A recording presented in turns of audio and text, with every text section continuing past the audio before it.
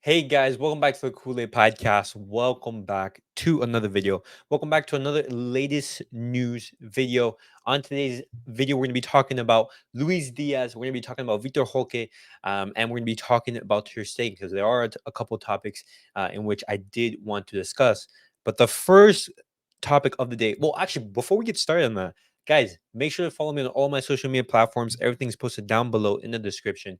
If you guys want to stay up to date with everything that we post in the channel, make sure to go follow me over there on TikTok, on Instagram, on Twitter, and on basically on every social media platform we are on there.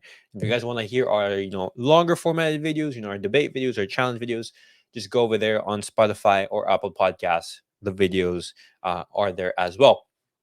But guys, let's get straight into it. Let's talk about Luis Diaz, because there were some quotes that emerged, and I want to know your guys' thoughts on the whole situation.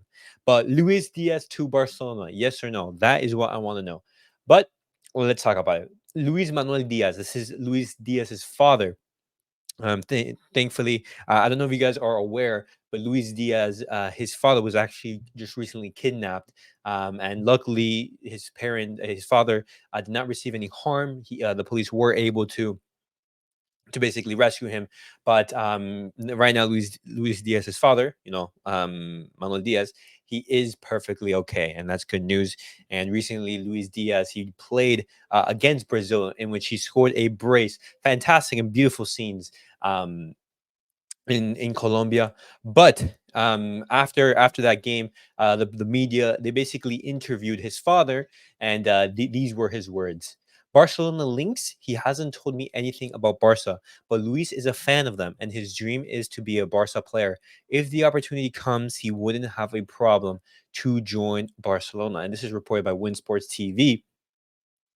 And there's been a lot, like rumors talking about Luis Diaz, saying, hey, is he a potential option for Barcelona? Because we all know that Barcelona, they lack a left winger. We need a left winger. I would say that Joao Felix currently hasn't really impressed. He had a fantastic start to his Barcelona career, scoring in those first couple of games against Royal Antwerp and Real Betis, but he sort of fizzled out. And Atletico Madrid, they're offering 70 million euros for him. And so if they're going to be basically asking for that amount of money, I don't know if it's going to be viable. And so Barcelona, they're looking at some options. And Luis Diaz is one of those options. But just like with Joao Felix, Luis Diaz is going to be an expensive one at that, because Luis Diaz's contract ends in the summer of 2027. So guys, that is a while, for like a long time from now. We're gonna have to wait a couple years for his contract to run out. And if we are to acquire Luis Diaz anytime soon, we are gonna have to pay a fee roughly of 100 million euros. So that's a lot of money. I don't know if Barcelona are willing to do that, and we definitely don't have the money to do that for sure. And even if they did, I don't know if that's in the realm of possibility. But guys, if down the line, maybe a year or two, his contract is starting to run down, he hasn't extended, and he's still performing at this level, and he's still one of the best wingers in the world. Who knows? Barcelona could be tempted. And what are your guys' thoughts on Luis Diaz potentially coming to Barcelona? But guys, now let's talk about another Barcelona player, or another player who's talked about in the media.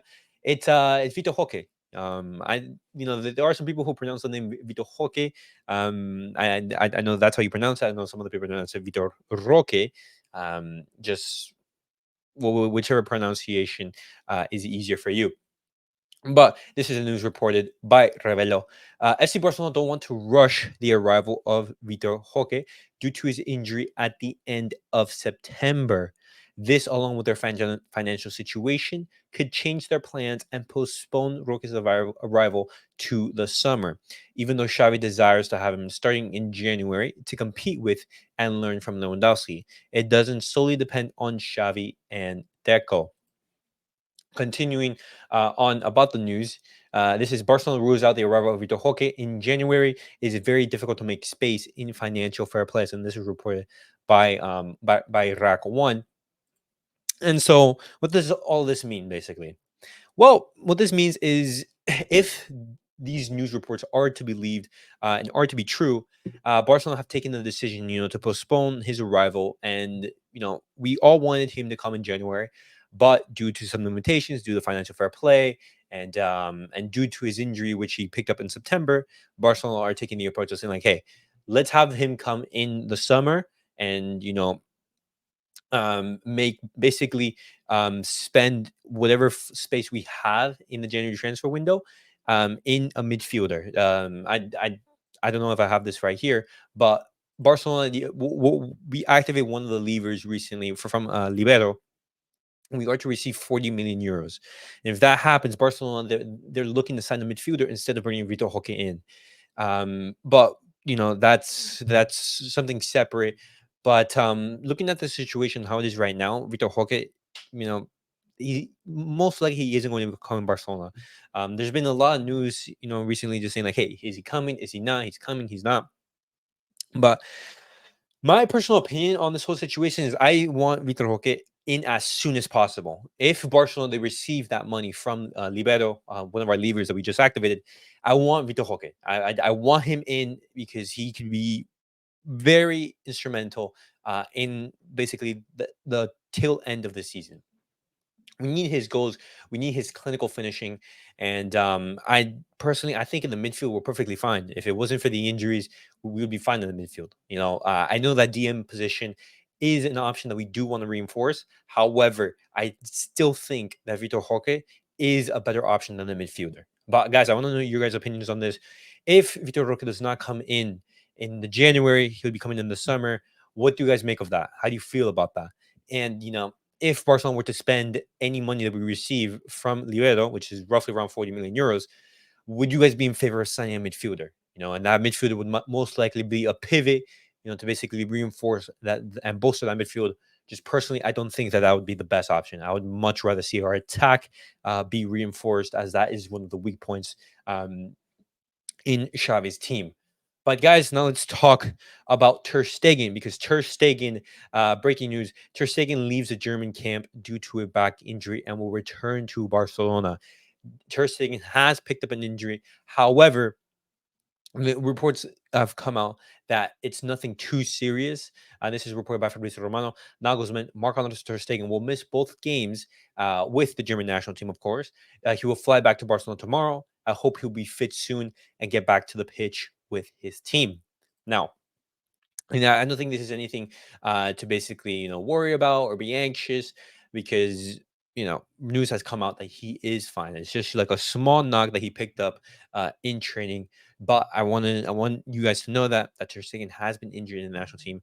And if that injury extends, we do have Iñaki Peña, who is ready to basically come and come in during Ter Stegen's absence, which is good. But guys, that was it for the latest news, our Barcelona news roundup for the day. Let me know your guys' thoughts on everything that we have discussed. Talking about Luis Diaz, what do you guys make of his potential move to Barcelona? What do you guys make of Ter Stegen being injured? And what do you guys make of Vitor Roque potentially, his arrival, potentially being delayed to the summer? But guys, thank you guys all for watching. Thank you guys for supporting the channel. And as always, guys, like, subscribe, and comment. And I'll see you guys all in the next video.